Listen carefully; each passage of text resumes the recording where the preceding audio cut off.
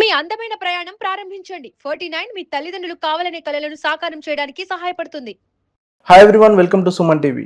ప్రస్తుత సమాజంలో అందరూ బాధపడుతున్న సమస్య బీపీ, షుగర్. చిన్న వయసు నుంచి పెద్ద వయసు వారి వరకు అందరూ కూడా షుగర్, బీపీ వంటి సమస్యలతో బాధపడుతున్నారు.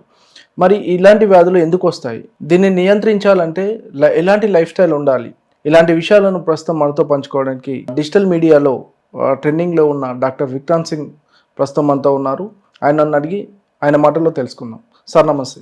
నమస్తే సార్ చెప్పండి డాక్టర్ గారు, అంటే షుగర్ వ్యాధి అనేది తీపి వస్తువులు ఎక్కువ తినడం వల్లనే వస్తుందని చాలామంది అనుకుంటారు. ఇందులో నిజం ఎంత? సార్, ఫస్ట్ అయితే thank you very much for having me with you. Secondly, నేను చెప్పే మాటలన్నీ కూడా these are not medical advises. So నాకు తెలిసిన విషయాలు నేను మీతో పంచుకోవడం జరుగుతుంది. ఓకే. సో షుగర్, సో చాలాసార్లు మనం చూస్తాం, ఇప్పుడు చాలామందికి షుగర్ అనేది వెరీ కామన్. ఒకప్పుడు 50-60 ఏళ్ళకి వచ్చే వ్యాధి ఇప్పుడు 20-30కే వచ్చేస్తుంది. సో దానికి ముఖ్య కారణం మన జీవన విధానం. So the way of life style అంటారు. ఓకే. సో లైఫ్ స్టైల్ ప్రాబ్లమే ఈ షుగర్. సో అది ఫ్రీక్వెంట్గా చాలా చూస్తున్నాము. సో దానివల్ల చాలా వేరే ప్రాబ్లమ్స్ కూడా వస్తాయి, కాంప్లికేషన్స్ వస్తున్నాయి. అంటే ఇప్పుడు తీపి వస్తువులు ఎక్కువ తీసుకోవడం వల్లనే వస్తుందనేది ఒక అపోహనేనా అది? సో తీపి వస్తువులు అంటే ఎక్కువ కార్బోహైడ్రేట్స్ తీసుకుంటాయి. సో మనం డే మొత్తంలో ఫ్రీక్వెంట్గా ఎక్కువ సార్లు ఎక్కువ మోతాదులో కార్బోహైడ్రేట్స్ అంటే కేవలం తీపి వస్తువే కాదు. ఓకే. రైస్ కార్బోహైడ్రేటే, లేదంటే వీట్ కూడా కార్బోహైడ్రేటే. అంటే కార్బోహైడ్రేట్ సంబంధించినవి పిండి పదార్థాలు అంటారు చూడండి, అవి ఎంత ఎక్కువ సార్లు తీసుకుంటే డయాబెటీస్ వచ్చే అవకాశాలు అంత ఎక్కువ. ఓకే. అంటే బరువు ఎక్కువ ఉన్న వారికే వస్తుందా సార్? అంటే వయసుతో సంబంధం ఉంటుందా షుగర్ వ్యాధి రావడానికి? షుగర్ అనేది ఒక మెటబాలిక్ ప్రాబ్లమ్ సార్ అది. సో షుగర్ కానివ్వండి, బీపీ కానివ్వండి, ఇవి మెటబాలిక్ డిజార్డర్స్ ఇవి. సో బరువు ఎక్కువ ఉన్న వాళ్ళకి డెఫినెట్లీ ఎక్కువ వచ్చే అవకాశం ఉంటుంది, కానీ బక్కగా ఉన్న కూడా వాళ్ళకు కూడా షుగర్ వచ్చే అవకాశం ఉంది. ఓకే. సో కేవలం బరువు ఉంటేనే వస్తేనే అది లేదు. సో బక్కగా ఉన్న వాళ్ళకి కూడా వస్తుంది, అండ్ చిన్న ఏజ్లో చాలా కామన్గా వస్తుంది ఇప్పుడు ఈ మధ్య కాలంలో. ఓకే. లైఫ్ స్టైల్, ఇప్పుడు మనం జీవన విధానం అంటారు చూడండి, తినే వస్తువులు కానివ్వండి, ఎక్కువ కార్బోహైడ్రేట్స్ తీసుకుంటున్నాం మనం. మార్నింగ్ స్టార్ట్ అయితే నైట్ వరకు మల్టిపుల్ టైమ్స్ తీసుకుంటున్నాం. ఇప్పుడు మనం స్కూల్లో కూడా చూసుకుంటే మనకు పిల్లలకి బ్రేక్ఫాస్ట్ ఉంటుంది, లంచ్కి ముందు ఒక స్నాక్ ఉంటుంది, లంచ్ ఉంటుంది, లంచ్ తర్వాత ఒక స్నాక్ ఉంటుంది, మళ్ళీ ఇంటికి వస్తారు వాళ్ళు, ఇంటికి వచ్చిన తర్వాత ఒక స్నాక్ ఇస్తాం మనం, రాత్రి డిన్నర్ ఉంటుంది, మధ్యలో మల్టిపుల్ టైప్స్ జంక్ తీసుకుంటాం. సో ఈ మల్టిపుల్ టైమ్స్ కార్బోహైడ్రేట్స్ ఎక్కువ మోతాదులో, సో కొంచెం కూడా కంట్రోల్ లేకుండా తినడం వల్ల వస్తుంది. అంటే ప్రాక్టికల్గా డాక్టర్ గారు, మీ దగ్గరకు వచ్చే పేషెంట్స్లో ఏజ్ గ్రూప్ వాళ్ళు ఎక్కువ ఉంటున్నారు, అంటే అసలు సమస్య ఎక్కడ స్టార్ట్ అవుతుంది? సార్, నా దృష్టిలో సమస్య చిన్నప్పుడే స్టార్ట్ అవుతుంది, పుట్టుకతోనే. మనం ఫస్ట్ పిల్లలకి పుట్టగానే ఫోన్లు ఇస్తున్నాం, మొబైల్ ఫోన్ చేతికి ఇచ్చేసి వాడు తినట్లేదని ఫోన్ ఇచ్చేస్తున్నాం. సో ఆ ఫోన్ చూస్తూ వాడు ఎంత తింటున్నా అనేది వాళ్ళకి అర్థమవుతలేదు పిల్లలకి. ఓకే. అండ్ ఇచ్చే పదార్థాలు కూడా ఏమున్నాయండి, ఇన్స్టెంట్ నూడిల్స్ తినిపిస్తున్నాం, చాక్లెట్స్, బిస్కెట్స్, ఐస్ క్రీమ్స్. ఇదేదో మనం ప్రేమ అనుకుంటాం, ఇది నా దృష్టిలో ప్రేమ కాదు, పగ. మనకు పిల్లలంటే పగ ఉంటేనే మనం ఇట్లా చేస్తాం. ఓకే. సో మన శత్రువుకే మనం ఇట్లా తినిపిస్తాం, కానీ ప్రేమ ఉంటే మనం ఇవన్నీ పెట్టాం సార్ యాక్చువల్లీ. ఓకే. సో ఇలా చిన్నప్పుడు స్టార్ట్ అయిన లైఫ్ స్టైల్ పెరుగుతూ ఇప్పుడు మీరు స్కూల్లో చూడండి, చాలా ఊబకాయం, లావైపోయిన పిల్లలు. సో పెరుగుతూ 20 years రాగానే బీపీ, షుగర్ వస్తుంది, 30-40 రాగానే heart stroke, brain strokes, cancers అవుతుంది. సో ఇది ఎక్కడ స్టార్ట్ అవుతుందంటే చిన్నప్పుడే స్టార్ట్ అవుతుంది, కానీ ఇదంతా ప్రాసెస్ అయ్యాయి 20-30కి బీపీ, షుగర్, 30-40కి స్ట్రోక్స్. అట్లా అంటే యూత్కి మెయిన్ కారణము ఈ స్ట్రెస్ వల్ల, జంక్ ఫుడ్స్ ఇవే కారణం అంటారు? స్ట్రెస్ డెఫినెట్లీ ఉంటుంది sir. Stress is one of the major causes. కానీ ఇప్పుడు లైఫ్స్లో మనం కొన్ని అవాయిడ్ చేయొచ్చు, కొన్ని అవాయిడ్ చేయలేము సార్. ఇప్పుడు ఒక సాఫ్ట్వేర్ ఎంప్లాయీ ఉన్నాడు ఫర్ ఎగ్జాంపుల్, ఆయన పని చేయక తప్పదు. ఇప్పుడు మనలాంటి మధ్యతరగతి వాళ్ళు ఉన్నారు, మనం పని చేయక తప్పదు. మనకు అప్పులు ఉంటాయి, ఈఎంఐస్ ఉంటాయి, ఫ్యామిలీ గొడవలు ఉంటాయి, వైఫ్తో ప్రాబ్లం ఉంటాయి. స్ట్రెస్ని మనం తీసేయలేము, అది అన్అవాయిడబుల్. ఓకే. దాన్ని కూడా మెడిటేషన్ ద్వారా, ఇట్లా యోగాసనాల ద్వారా ఏమైనా చేయొచ్చు, కానీ అవాయిడబుల్ ఏముంది? నోరు, మనం ఏం తింటున్నాం ఒకటి. అండ్ ఈవెన్ మెదడులో కూడా ఏం సెండ్ చేస్తున్నాం అది కూడా. సో మెదడులో మనం మెయిన్లీ వెళ్ళేది ఫోన్ ద్వారా. సో ఏం చూస్తున్నాం, మన మెదడుకి ఏం తిండి పెడుతున్నాం ఇంపార్టెంట్, మనం నోటి ద్వారా పొట్టకి ఏం తిండి పెడుతున్నాం అది ఇంపార్టెంట్. సో ఇవి రెండు మంచిగా ఉంటే మనం చాలా రోగాలు అవాయిడ్ చేసుకోవచ్చు. ఓకే సార్, ఈ షుగర్ విషయంలో చూసుకున్నట్టయితే చాలా మంది ఇన్సులిన్ వాడతారు, కొంతమంది ట్యాబ్లెట్స్ వాడతారు. అంటే ఇన్సులిన్ అంటే చాలా మంది భయపడుతూ ఉంటారు. అసలు ఇన్సులిన్ ఒక్కసారి వాడడం మొదలు పెడితే అంటే లైఫ్ టైం వాడాల్సి ఉంటుంది సార్? యాక్చువల్లీ ఒక కాన్సెప్ట్ ఉంది సార్, దాన్ని కీటోజెనిక్ డైట్ అంటారు. ఓకే, ఒక తినే పద్ధతి. కీటోజెనిక్ డైట్లో ఏం చేస్తామంటే మనం కార్బోహైడ్రేట్స్ అవాయిడ్ చేస్తాం, తక్కువ చేస్తాం, మినిమైజ్ చేస్తాం, కొందరికి అవాయిడ్ కూడా చేస్తారు. So high fat, moderate protein, minimal carbohydrates ఇచ్చి కీటోజెనిక్ డైట్ చేస్తాం, కీటోసిస్లోకి తీసుకెళ్తాం. ఓకే, ఎప్పుడైతే మనం కీటోసిస్లోకి తీసుకెళ్తామో ఇన్సులిన్ రెసిస్టెన్స్ అనేది తగ్గుతుంది. ఓకే, సో జనరలీ ఇన్సులిన్ రిపీటెడ్గా ఇన్సులిన్ సిక్రీట్ అవ్వడం వల్లనే ఇన్సులిన్ రెసిస్టెన్స్ వస్తుంది. ఇన్సులిన్ రెసిస్టెన్స్ వల్లనే మనం ఇన్సులిన్ వరకు వెళ్తాం. ఓకే. సో ఇన్సులిన్ రెసిస్టెన్స్ తగ్గించినాం అనుకోండి, మనం ఇన్సులిన్ నుంచి ట్యాబ్లెట్కి వచ్చే అవకాశం ఉంది. కొందరు ఎర్లీ స్టేజెస్లో ట్యాబ్లెట్ బంద్ అయ్యే అవకాశాలు కూడా ఉన్నాయి. సో తగ్గాలంటే ఏం చేయాలి, మనం ఇన్సులిన్ రెసిస్టెన్స్ తగ్గియాలి. ఓకే. సో ఇన్సులిన్ రెసిస్టెన్స్ తగ్గించడానికే కీటోజెనిక్ డైట్ అని, మోడిఫైడ్ అట్కిన్స్ డైట్ అని, ఎంసిటీ డైట్స్ అని ఉన్నాయి. These are all well documented. వీటికి కొన్ని సైంటిఫిక్ పేపర్స్ ఉన్నాయి, ర్యాండమైజ్ కంట్రోల్ ట్రయల్స్ కూడా ఉన్నాయి. అంటే ఇన్సులిన్ వాడిన వాళ్ళు మళ్ళీ ట్యాబ్లెట్స్ కూడా మారొచ్చు. అంటే సార్ అది వారి మీద డిపెండ్ అవుతుంది. ఓకే, వాళ్ళ లైఫ్ స్టైల్ మోడిఫై చేస్తే. కేవలం డైట్ ఒకటే అని చెప్పాను, వాళ్ళు డైట్ చేయాలా, ఎక్సర్సైజ్ చేయాలా, ఓకే, స్ట్రెస్ని తగ్గించే ప్రయత్నం చేయాలి, ఓవరాల్ లైఫ్ స్టైల్ని మార్చితే ఆ ఇన్సులిన్ నుంచి ట్యాబ్లెట్ వచ్చిన సందర్భాలు ఉన్నాయి. ఓకే సార్, అంటే ఒకవేళ లైఫ్ స్టైల్ మారిస్తే, వాళ్ళ జీవన విధానం మార్చుకుంటే కనుక అంటే షుగర్ని పూర్తిగా కంట్రోల్ చేయవచ్చా? ఎర్లీ స్టేజెస్లో నేను చూశాను సార్, నా దగ్గర కొందరు పేషెంట్స్ ఉన్నారు, ఎర్లీ స్టేజెస్లో అది రివర్సల్ కూడా అయింది. So it is life style problem actually. So social మీడియాలో మనం తరచుగా వింటుంటాం డయాబెటీస్ రివర్సల్ అని, అంటే అది చేయొచ్చు అంటారు సార్? రివర్సల్ అయ్యే ఛాన్స్ పాసిబుల్ ఉంది, కానీ ఒకటే, ఇప్పుడు నేను చెప్పాను కదా అని అందరూ కీటోజెనిక్ డైట్ చేయడం వల్ల స్టార్ట్ చేయకూడదు. Okay, it is to be done under A medical supervision. ఒక డాక్టర్, మీ డాక్టర్ ఎవరైతే ఉంటారో మీ డాక్టర్ యొక్క సూపర్విజన్లోనే మీరు చేసుకోవాలా. ఇప్పుడు నేను కాదు, ఏ సోషల్ మీడియా ఇన్ఫ్లుయెన్సర్ చెప్పింది కదా అని మీరు డైరెక్ట్లీ స్టార్ట్ చేయదు ఇట్లాంటివి, బికాజ్ ప్రాబ్లమ్స్ వచ్చే అవకాశాలు ఉంటాయి. అండ్ డయాబెటీస్లో కూడా టైప్ 1, టైప్ 2 ఉంటుంది. సో టైప్ 2లో వెల్ డాక్యుమెంటెడ్ ఉంది ఇది. సో టైప్ 1 వాళ్ళు కూడా సడన్గా స్టార్ట్ చేయకూడదు. సో టైప్ 2 వాళ్ళు మీ డాక్టర్ యొక్క సూపర్విజన్లో, పర్యవేక్షణలో ఇట్లాంటివి ట్రై చేయొచ్చు. అంటే ఎర్లీ స్టేజెస్లో సార్ ఇది ఎలా గుర్తించవచ్చు? ఒకవేళ గుర్తిస్తే వెంటనే ఎలా చెకప్ చేయించుకోవాలి?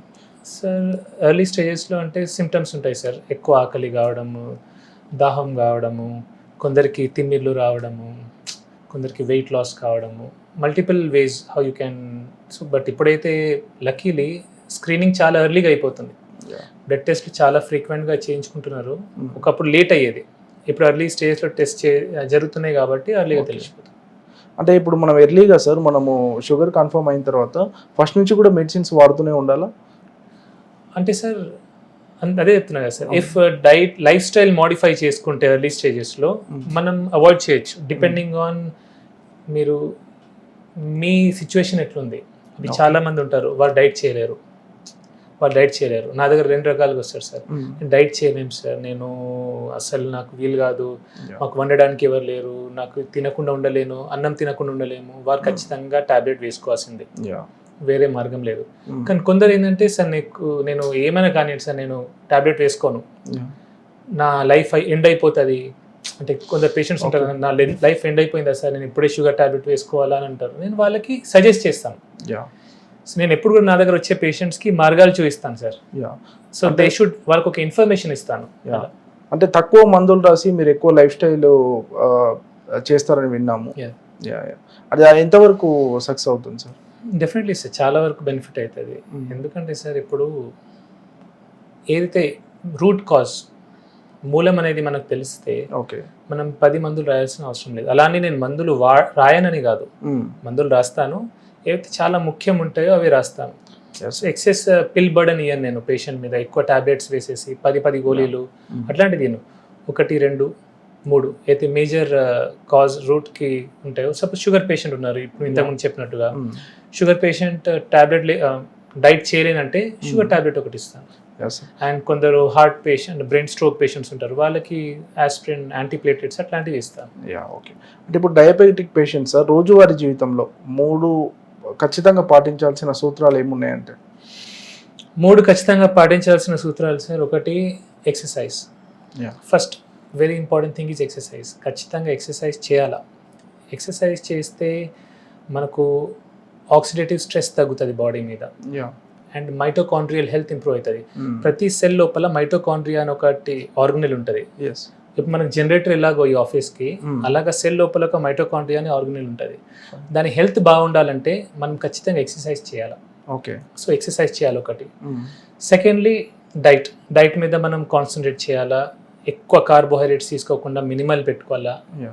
ఓకే. అండ్ దాంట్లో కూడా ప్రాసెస్డ్ ఫుడ్స్ లాంటివి అలాంటివి తీసుకోకపోతేనే మంచిది. ఓకే. ప్రాసెస్డ్ ఫుడ్స్ అంటే ఇన్స్టెంట్ నూడిల్స్ కానివ్వండి, బిస్కెట్స్, హోల్ ఫుడ్స్ తీసుకోవాలి. యా. హోల్ ఫుడ్స్ తీసుకుంటే మంచిది. అండ్ ఆఖరికి వీలైనంత వరకు స్ట్రెస్ తగ్గించుకోవాలి.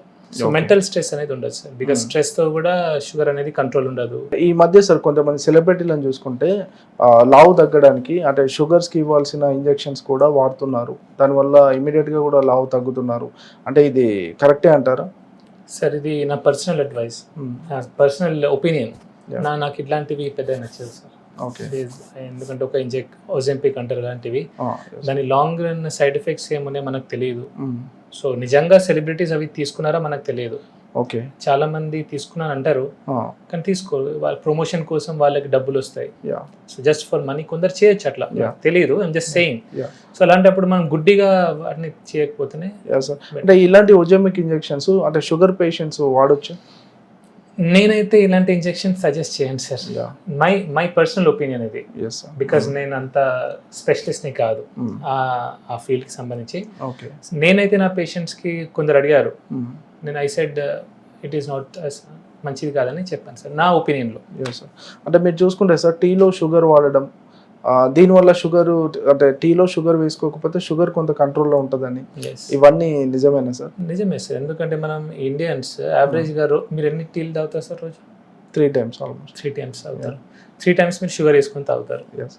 సపోజ్ 3 times మీరు షుగర్ వేసుకున్నప్పుడు అలా షుగర్ గ్లూకోజ్ స్పైక్ వస్తుంది, ఇన్సులిన్ స్పైక్ వస్తుంది, దానివల్ల ఇన్సులిన్ రెసిస్టెన్స్ వస్తుంది, ఓకే. అదే షుగర్కి దారి తీస్తుంది. సో మీరు 3 పూటలు టీ తాగి దానిలో షుగర్ తీసేయండి. సో 3 times మీరు గ్లూకోజ్ స్పైక్ని అవాయిడ్ చేస్తున్నారు. సో ప్రాబ్లం ఏంటంటే మనం ఎప్పుడైతే టీలో చక్కెర ఇస్తామో సడన్ గ్లూకోజ్ స్పైక్ వచ్చి సడన్ ఫాల్ అవుతుంది. ఓకే. సో అది చాలా డేంజరస్. సో అందుకే ఇన్సులిన్ రెసిస్టెన్స్ వస్తుంది. సో అవాయిడ్ చేస్తే మంచిది. మంచిది. ఇప్పుడు వైట్ రైస్ కూడా పూర్తిగా మానేయాల్సి ఉంటుంది సార్ షుగర్ వచ్చిన వాళ్ళు? సార్ వైట్ రైస్ ఇప్పుడు మనం సౌత్ ఇండియన్ సార్, తెలంగాణ వాళ్ళం, ఆంధ్ర వాళ్ళము, ఎస్. వైట్ రైస్ మనం అలవాటైంది మనకు, అవును. కొద్దిగా తీసుకోవాలా. ఓకే.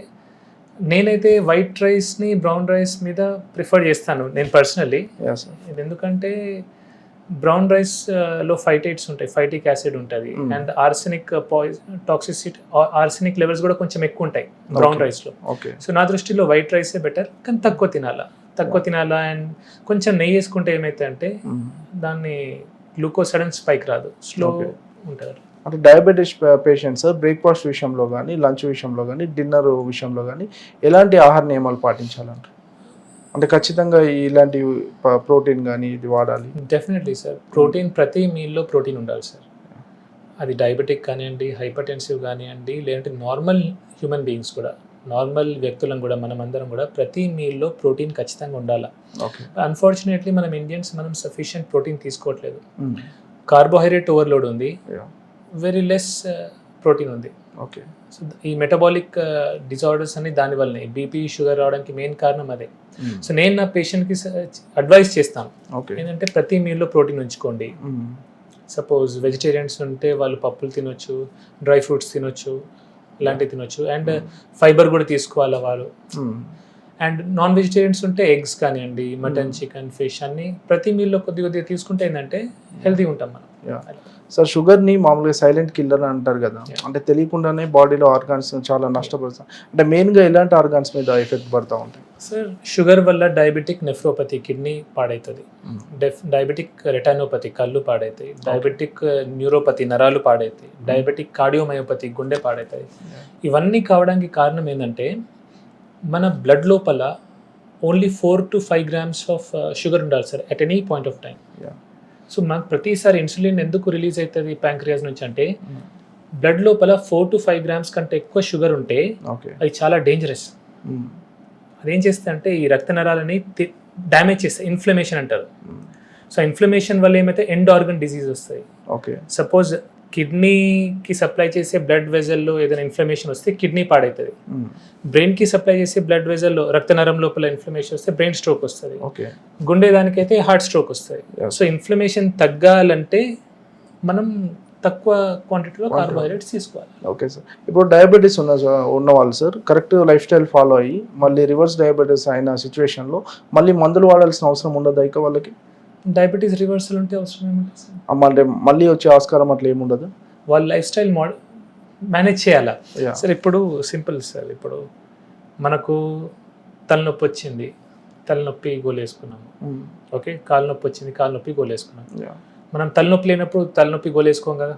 అవును. సో షుగర్ కూడా అలాంటి నొప్పే. Yeah. Mm. కానీ మనం తలనొప్పికి సంబంధించిన పనులన్నీ చేసి సపోజ్ ఎక్కువ ఆల్కహాల్ తీసుకున్నాం అనుకోండి, హ్యాంగ్ ఓవర్ వస్తుంది. Yeah. హ్యాంగ్ ఓవర్ వచ్చినాక ఏం చేస్తాం? గోలేసుకుంటాం. Mm. మీరు ఆల్కహాల్ తాగలేదు అనుకోండి, మీకు హ్యాంగ్ ఓవర్ రాదు. Mm. మీరు పెయిన్ కిల్లర్ వేసుకోవాల్సిన అవసరం లేదు. లేదు. షుగర్ కూడా ఆల్మోస్ట్ అంతే, అంటే Mm. ఎగ్జాక్ట్లీ అంతా అనట్లేదు, Yeah. But you can see. మీరు సపోజ్ ఎక్కువ కార్బోహైడ్రేట్స్ తీసుకున్నారనుకోండి, Mm. దాంతో మీకు డ్యామేజ్ అవుతుంది, షుగర్ లెవెల్స్ పెరుగుతాయి. సో తక్కువ తినాలా. ఓకే. ప్రతి మీల్లో ప్రోటీన్ తీసుకొని, ఫైబర్ కంటెంట్ తీసుకొని, Mm. తక్కువ కార్బోహైడ్రేట్స్ తీసుకుంటే షుగర్ స్పైక్ రాదు, కాబట్టి షుగర్ గోయిల్ అవసరం లేదు. Yeah sir. జెనెటిక్స్ ప్రభావం ఎలా ఉంటుంది సార్? అంటే వంశపారంపరంగా వచ్చే అవకాశాలు ఉంటాయి? డెఫినెట్లీ ఉంటుంది సార్. మోస్ట్లీ టైప్ 1 డయాబెటీస్లో ఎక్కువ ఉంటుంది, టైప్ 2లో తక్కువ, బట్ టైప్ 2లో కూడా ఉండొచ్చు. అంటే డయాబెటీస్ వస్తే ఈ 3 కంపల్సరీగా మానేయాలి అంటే ఏ 3 చెప్తారు? డయాబెటీస్ వస్తే ఈ 3 మానేయాలంటే ఫస్ట్ రిఫైన్డ్ ఫుడ్ ప్రొడక్ట్స్ మానేయాలంటే సార్. యా. రిఫైన్డ్ షుగర్స్, బయట మనం refined chips, biscuits, chocolates, cool drinks, refined foods avoid చేస్తే మంచిది. Alcohol in any quantities poison, toxic. Yeah sir. So alcohol తాగకపోతే, ఆల్కహాల్ అంటే బ్రాండీ, విస్కీ, రమ్ము, కళ్ళు, yeah. Beer అన్నీ కూడా. చాలా మంది బియర్ని ఆల్కహాల్ అనుకోరు, యా. కళ్ళు ఆల్కహాల్ కాదు, అది కూడా alcohol. Okay. So any form of alcohol తీసుకోకపోతే మంచిది. And anything that causes inflammation sir, inflammation cause చేసే ఏ వస్తువు అయినా సరే అది తీసుకోకపోతేనే మంచిది. యా. షుగర్ ఉన్న వాళ్ళకి ఒక డౌట్ ఉంటుంది సార్, అన్ని రకాల ఫ్రూట్స్ తినొచ్చా షుగర్ ఉన్న వాళ్ళు? హై గ్లైసిమిక్ ఇండెక్స్ ఉన్న ఫ్రూట్స్ తీసుకోకపోతే మంచిది sir. Okay. High glycaemic index దేనిలో ఉంటుంది? మ్యాంగోలో ఉంటుంది, రైప్ మ్యాంగోలో, యా. రైప్ బనానాలో ఉంటుంది, రైప్ గ్రేప్స్లో ఉంటుంది. యా. అవి తక్కువ తింటే better. Yeah. Fruits which are better అంటే apple is better, papaya is better, guava, జామకాయ ఈజ్ బెటర్. యా. ఇంకోటి ఇక్కడ ఇది వెరీ ఇంపార్టెంట్, ఎందుకంటే ఇప్పుడు బెటర్ అన్నా కాబట్టి కిలోలు తినకూడదు అది కూడా. యా. ఎందుకంటే అది కూడా ఎక్కువ తింటే అది కూడా గ్లూకోజ్ పెరుగుతుంది మళ్ళీ, ఎస్. లిమిటెడ్గా. షుగర్ పేషెంట్స్, మీ దగ్గరకు వచ్చే పేషెంట్స్కి కానీ వీడియో చూస్తున్న వాళ్ళకి షుగర్ గురించి ఏం చెప్పాలనుకుంటున్నారు? మీకు షుగర్ ఉంది, టైప్ 1 డయాబెటీస్ గురించి చెప్పాను, కానీ టైప్ 2 డయాబెటీస్ వారు మీకు షుగర్ ఉందంటే అది మీ చేతిలో ఉంది అది. ఓకే. సో మీరు లైఫ్ స్టైల్ మంచిగా చేసుకొని, ప్రాపర్గా కార్బోహైడ్రేట్స్ తక్కువ చేసుకొని, ప్రోటీన్ కంటెంట్ పెంచుకొని, ఎక్సర్సైజ్, జిమ్, యంగ్ అయితే జిమ్ చేసి, జాగింగ్, వాకింగ్ లాంటివి చేసి, పెద్దవాళ్ళైతే యోగాసనాలు, వాకింగ్ లాంటివి చేసి లైఫ్ స్టైల్ని మోడిఫై చేసుకుంటే షుగర్ ఉండదు మీకు. Fine sir.